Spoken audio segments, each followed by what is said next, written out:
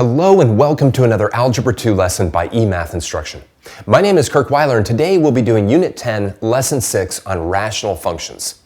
Up to this point, all we've been working with are polynomials, which I really want you to think about as being sort of equivalent to integers, except instead of like a base 10, they're a base x.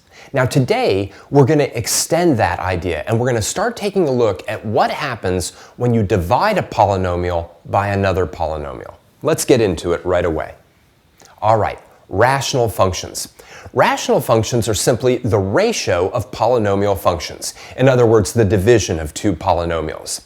They take on more interesting properties and have more interesting graphs than polynomials because of the interaction between the numerator and the denominator of the fraction. So let's jump right into that with exercise 1 and take a look at some of the kind of interesting things that you have to consider when talking about a rational function. Exercise number 1. Consider the rational function given by f of x equals x plus 6 divided by x minus 3, or commonly stated x plus 6 over x minus 3. Letter A. Algebraically determine the y-intercept for this function. Okay, great. You shouldn't probably need my help in thinking about how to calculate the y-intercept of any function. So pause the video now and see if you can come up with the y-intercept. Well, of course, the y-intercept of any function is the output, or the y value, when the input, x, is equal to 0. So it's easy enough to calculate for any rational function, no matter how complicated, and this is a pretty simple one. We simply need to substitute 0 in for x, in which case we'll get 0 plus 6 divided by 0 minus 3. That's going to be 6 divided by negative 3, and that's going to tell us that our y-intercept for this rational function is negative 2. All right, now far more challenging are the x-intercepts of any kind of function. Let's take a look at that in letter B. Algebraically determine the x-intercept of this function. Hint, a fraction can only equal 0 if its numerator is equal to 0. All right, so a function, rational function or otherwise, is going to have x-intercepts, also known as zeros, when the function is equal to 0. So what I'd like you to do is pause the video right now and see if you can figure out what the x-intercept or x-intercepts of this function are. I guess I gave away in the way that I phrased the question that there is only one x-intercept. Now, I also gave you a hint, but let's try to understand that hint, right? Whenever I'm trying to find the x-intercept or 0 of a function, I always set that function equal to 0. In this case, I'm looking for what makes x plus 6 divided by x minus 3 equal to 0. It's very important to understand, right? When you divide two quantities, something divided by something else, and you get 0 at the end, the only way that can be equal to 0 is if the numerator is equal to 0. There's absolutely nothing that the denominator could be equal to, no finite number that it could be equal to, that would make the ratio equal to 0. Now, if that doesn't work for you, you could always eliminate the x minus 3 by multiplying by x minus 3 on both sides. But I really hope that you're comfortable with the idea that the only way that this could possibly be equal to 0 is if x plus 6 was equal to 0. And of course, that means that x would need to be equal to negative 6. So it's kind of cool, right? The only way that a rational function can have zeros is if its numerator is equal to 0.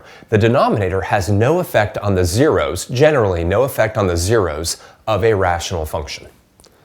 All right, let's take a look at letter C. For what value of x is this function undefined? Why is it undefined at this value? All right, so that's interesting. We never ever, when we were talking about polynomials in the last few lessons, asked that question, right? And yet there's a single value of x that will make this function undefined, meaning that if I substitute that value of x in, I won't be able to calculate a value of y. I'd like you to pause the video right now and think about this and see if you can figure it out.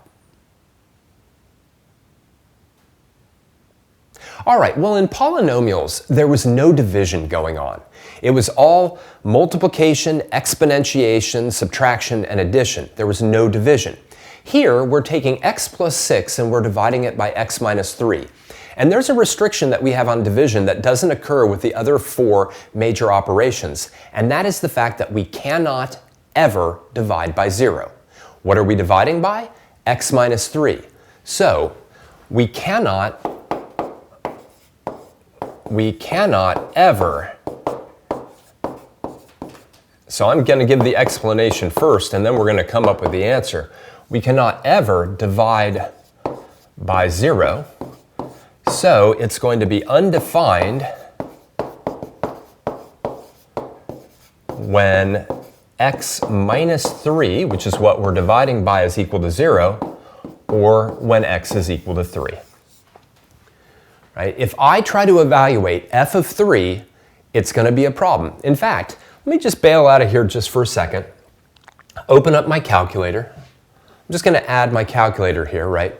Now remember, I've got the expression x plus 6 divided by x minus 3. If I took 3 and I stored it in for x, and then I typed in the expression x plus 6 divided by x minus 3, right? My calculator tells me exactly what I wanted to see, which was that the expression is undefined there. Side note, if I stored x equals negative 6 into x, right, and I went up and I took my expression, let me see if I can grab it there, then it would tell me that the expression was equal to 0. Remember, right, the 0 of this thing was x equals negative 6. Anyhow, point being, right, rational functions have denominators, and because they do, oftentimes they can be undefined at certain values of x. They simply do not have a value there. So now let's take a look at letter D, which relies on letter C. Based on C, state the domain of this function in set builder notation. All right, remember the domain of a function, right, the domain is the set of inputs, or the x values, that will give us a y value out. Every value of x will give us a y value out of this function except for x equals 3. So the way that we state the domain of this function in what's known as set builder notation is that x is any real number such that x cannot be equal to 3.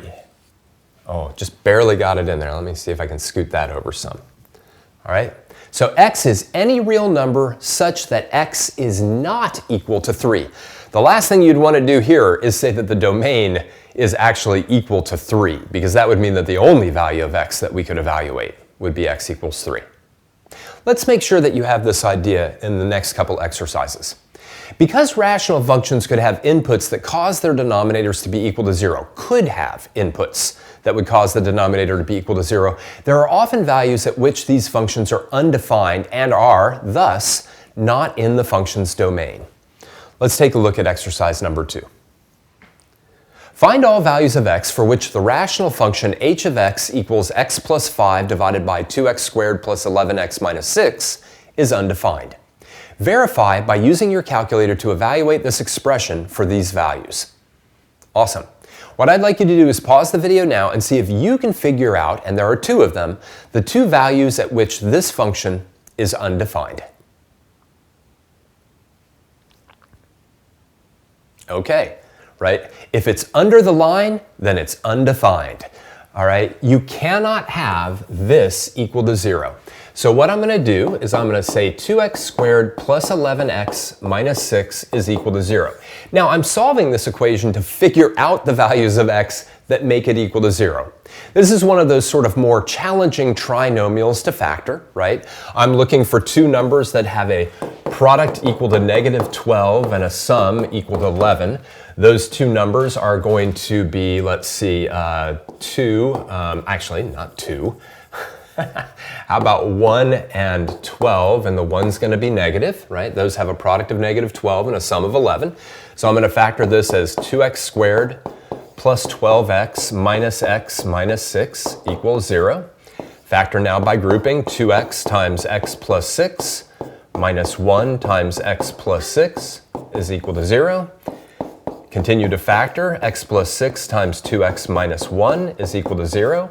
I now use my 0 product law, and I say that x plus 6 is equal to 0, in which case x is equal to negative 6, and 2x minus 1 is equal to 0, in which case x is equal to 1/2. There we go. Two values of x that make this expression undefined. Now, let's not check both of them, but hey, let's check the more messy one, right? This is the one I would really not want to check if I had to do it by hand. But again, it's a fantastic time to use that store command on your calculator, because now I can take 1/2, I can store it in x, I can now type in my rational expression, which is x plus 5 divided by 2x squared plus 11x minus 6, and it tells me that it's undefined, right? If I stored x equals negative 6, it would also tell me that the expression was undefined, but I think that you kind of get the point. The idea here is, again, any other value of x that I store, right, and I type in this expression, it's going to give me a value of y out. Most likely that value is going to be fractional, but I'm okay with that, right? But these two values cannot give us a value for that expression, and therefore they're not in the domain of that function, right? They can't give us an output for that given input. All right, let's try one more of these things before we move on. Exercise number 3. Which of the following represents the domain of the function f of x equals x minus 3 divided by x squared minus 6x minus 16? Why don't you go ahead and take a shot at this one? All right, now this one actually you could put into your calculator and really scan a table of values if you wanted to try to find ones that were undefined. And the reason that I say that is that when we look at all 4 choices, all of them, right, are eliminating integer values of x. That previous one's a little bit more challenging because one of the values of x where it's undefined is fractional, and that would be kind of hard to see in a table, right? But here, again, if it's under the line, it's undefined. Let's take x squared minus 6x and say hello to our red pen is equal to 0. I can now factor this. It's a pretty simple trinomial. It will factor into x minus 8 and x plus 2. That means when x is equal to 8 or when x is equal to negative 2, this function will be undefined, and therefore the domain is any real number such that x is not equal to negative 2 and x is not equal to positive 8. All right, that's it. Let's take a look at some other issues with rational functions, because I think we've looked at that one enough. Many of the procedures that we've performed with other functions can now be performed with rational functions, including composition of functions, and in certain cases, finding the inverse of a given function, both of which you should be able to do. So let's take a look at both of those issues. Exercise number 4. If g of x equals 3x minus 2, and f of x equals 2x plus 1 divided by x plus 5, then find f of g of negative 2, f of g of 2, and f of g of x. Awesome. So let's get right into it, and let's talk about how to find f of g of negative 2. Now, it's been a little while since we've done composition of functions, but remember, what this is really saying is that I'm going to take an input of negative 2, and I'm going to throw it into g. And I'm going to come up with whatever its output is, and then I'm going to put that output into f to come up with a final output, right? So an input goes into a function, then we get an output, that output goes into another function, and we get a final function, or we get a final output. So let's take a look at letter A together, then we'll have you do letter B on your own. G of negative 2 is going to be 3 times negative 2 minus 2, and that's going to be negative 6 minus 2 for a final negative 8. Now that is what's going to go into my f. So f of negative 8 is going to be 2 times negative 8 plus 1, all over negative 8 plus 5. 2 times negative 8 is negative 16, plus 1 is negative 15. Negative 8 plus 5 is negative 3. And finally, negative 15 divided by negative 3 is positive 5. All right, awesome. So what I'd like you to do is pause the video now and see if you can figure out the value of f of g of 2. Fantastic. Let's go through it. So what do we have here? First thing I want to do is figure out g of 2. Same situation as what I had before. G of 2 is going to be 3 times 2 minus 2. Space management here. I've got 6 minus 2. Ends up giving me g of 2 is equal to 4, right? Now I want to figure out what f of 4 is. That's going to be 2 times 4 plus 1 all over 4 plus 5. That's going to be 2 times 4, which is 9. Well, 2 times 4, which is 8, plus 1, which is 9, divided by 4 plus 5, also 9. So therefore, f of g of 2 is just equal to 1. All right. Now, our final one is the most symbolic, f of g of x. Recall here, the idea is very similar to a and b. I'm taking x and I'm putting it into g, and what I get as an output is 3x minus 2. I now want to take 3x minus 2 and substitute it in as the input to f and simplify what I have. But I'm going to have as a final answer something that involves x. What I'd like you to do is pause the video right now and see if you can figure out what that's equal to. All right, so literally the first step, which is a little bit weird, is I don't really put any input into g, right? Or if I do, it's the letter x, right? So what I end up having is f of 3x minus 2. Now what does that look like algebraically? Well, that looks like 2 times 3x minus 2 plus 1, right? All of this is going to go in for x here and here. And then 3x minus 2 plus 5. Now I just got a little algebra to do. In the numerator, I'll have 6x minus 4 plus 1. And in the denominator, I'll have 3x plus 3. And then my final answer, I'll have 6x minus 3 divided by 3x plus 3. All right, great. There we go. So let's move on from that. Pretty easy, just composition of functions. Let's keep going with exercise number 5. Now, one thing that we've talked about before is finding inverses of functions. And we haven't done that a lot so far, but of course they've come up here and there. We found inverses of linear functions. We found inverses when we were talking about exponential and logarithmic functions. And we can also find inverses of some rational functions, not all of them. But some rational functions are one-to-one, meaning that one value of x gives you a unique value of y, all right? So let's take a look algebraically at how we do that in exercise number 5. Find formulas for the inverse of each of the following simple rational functions below. Recall that, as a first step, you must switch the roles of x and y. All right, this is kind of cool. So whenever you are asked to find the formula for the inverse of a function, whenever you're asked to do that, then what you always want to do is start by switching x and y. Let's take a look at that in letter A. All right, so we have y equals x divided by x minus 2. To find its inverse, we're going to switch the roles of x and y, giving me x equals y divided by y minus 2. Now, here's where it gets a little bit trickier with rational expressions. We need now to solve this for y, but that's a little bit strange because y shows up twice in this equation. No problem. What I'm going to do is I'm going to think about this in terms of how I solve equations with cross multiplying. So the first thing I might do is just phrase this as x divided by 1 equals y divided by y minus 2. Now what I'll do is I will cross multiply, all right, giving me x times y minus 2 times x is equal to 1 times y, which is just y. Now, if you think about it, if this just had a single variable in it, let's say it just had y in it, right? We'd want to get everything with y over on one side of the equation and everything without y on the other side of the equation. And that's exactly what I'm going to do right now. I could move the xy to the other side of the equation, or I can move this y over to this side. It doesn't really matter. But what I want to do is I want to get all the y quantities on one side and everything without a y, every term without a y, I want to get on the other side. So, in this case, what I'm going to do is extend the page a little bit. I'm going to subtract y from this side.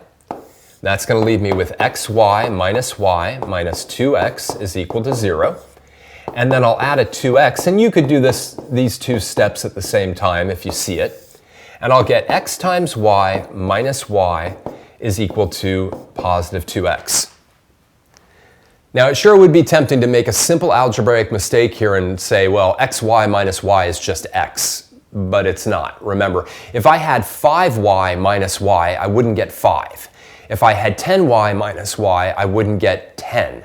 xy minus y isn't just x. In fact, how do I deal with it now? Well, what I'm going to do is employ the simplest of all factoring techniques, and I'm going to factor a y out of this expression, leaving me with y times x minus 1 is equal to 2x.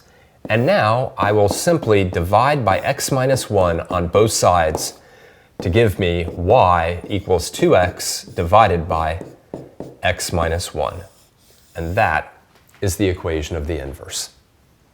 And all of these particular types of problems kind of work out in that way, all right? You switch x and y, you cross multiply to get rid of your fractions, you then have to bring all your y's on one side of the equation, move all quantities that have x in them on the other side of the equation, factor a y out because there's almost always more than one y, and then divide by whatever quantity is multiplying the y to get y all by itself. Let's see how much you understood that procedure by having you tackle letter B on your own. Y equals x plus 3 divided by 2x. Go ahead and switch x and y, and then see if you can solve for y. All right, let's go through it. Here we go. Give myself a little bit of space here. I'm going to start by saying x is equal to y plus 3 divided by 2y, and then because I really am just not feeling the red pen this morning, we'll do that. I don't really have to put the 1 there, but if you want, you can. So now I'm going to cross multiply. That's going to give me 2xy is equal to 1 times y plus 3, so just y plus 3. Notice this quantity has a y in it, and so does this. So I'm going to subtract that y from both sides. That's going to leave me with 2xy minus y is equal to positive 3. I'm now going to do exactly what I did before. I'm going to factor that y out. That leaves me with y times 2x minus 1 is equal to 3. And now I will divide both sides by 2x minus 1. And that will leave me an inverse of y equals 3 divided by 2x minus 1. Kind of cool, right? And again, that is as hard as these problems are going to get in terms of finding inverses of simple rational functions. At least I hope. Let's take a look at one last issue. Here we go. Exercise number 6. The function f of x equals x squared minus 16 divided by 4x is either an even or an odd function. Determine which and justify. What type of symmetry must this function have? Use your calculator to sketch a graph to verify. Okay, so it's been a little while since we've talked about even and odd functions. So let's just kind of remind ourselves what even and odd functions are, right? Even functions are functions where when you put in opposite signed inputs like 5 and negative 5, you get exactly the same output. Odd functions are ones that when you put in opposite signed inputs like 5 and negative 5, you get opposite signed outputs like negative 10 and 10. Now I'm telling you that this function is either even or odd. It's one of the two. So the choice neither is not a choice, okay? I want you to try to figure out which one it is, all right? And then see if you can remember what that implies in terms of the symmetry of the function. Pause the video now and play around with this. Now, there's a lot of great ways for you to experiment with this function. You could put it into your graphing calculator and produce a table of values. That would give you some really great evidence. You could also simply, because we know it's even or odd, try one single pair of inputs that are opposite of each other. What pair should we use? Well, I would say any pair except for plus or minus 4, because those would actually both make the function equal to 0, and they wouldn't really help you very much. So let's take Let's say we take 2 and negative 2. Let's figure out what f of 2 is. That would be 2 squared minus 16 over 4 times 2. That would be 4 minus 16 over 8. That would be negative 12 over 8. And I suppose if I reduce that, that would be negative 3/2. Okay, now let's take a look at what f of negative 2 is. F of negative 2 would be negative 2 squared minus 16 all over 4 times negative 2. That would be 4 minus 16 over negative 8. And that would be negative 12 divided by negative 8. Never forget that when you have a negative divided by a negative, you get a positive.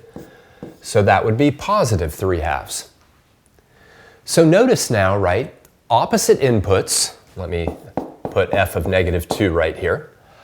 Opposite inputs, 2 and negative 2, gave me opposite outputs, negative 3/2 and positive 3/2.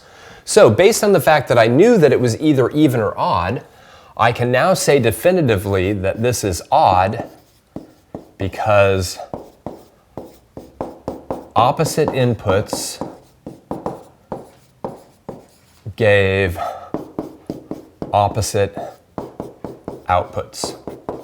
Now, if I didn't know whether it was even or odd or neither, then this wouldn't be good enough. I'd really want to prove it algebraically. But because it's an either or choice, a given set of inputs that are opposite giving me a given set of outputs that are opposite tells me that it must be odd. Now, see if you can remember what that implies in terms of the symmetry of the graph, okay? And then graph it on your graphing calculator using my suggested window and see what you have. Pause the video now and play around with that a little bit. Okay, well, just as an aside, right, if you think about it before I even go to this graph, right, we know that 2 gave us a point at negative 3/2, and negative 2 gave us a point at positive 3/2. Those 2 points are symmetric about the origin, right? So that's what odd functions have, is they have what is known as symmetry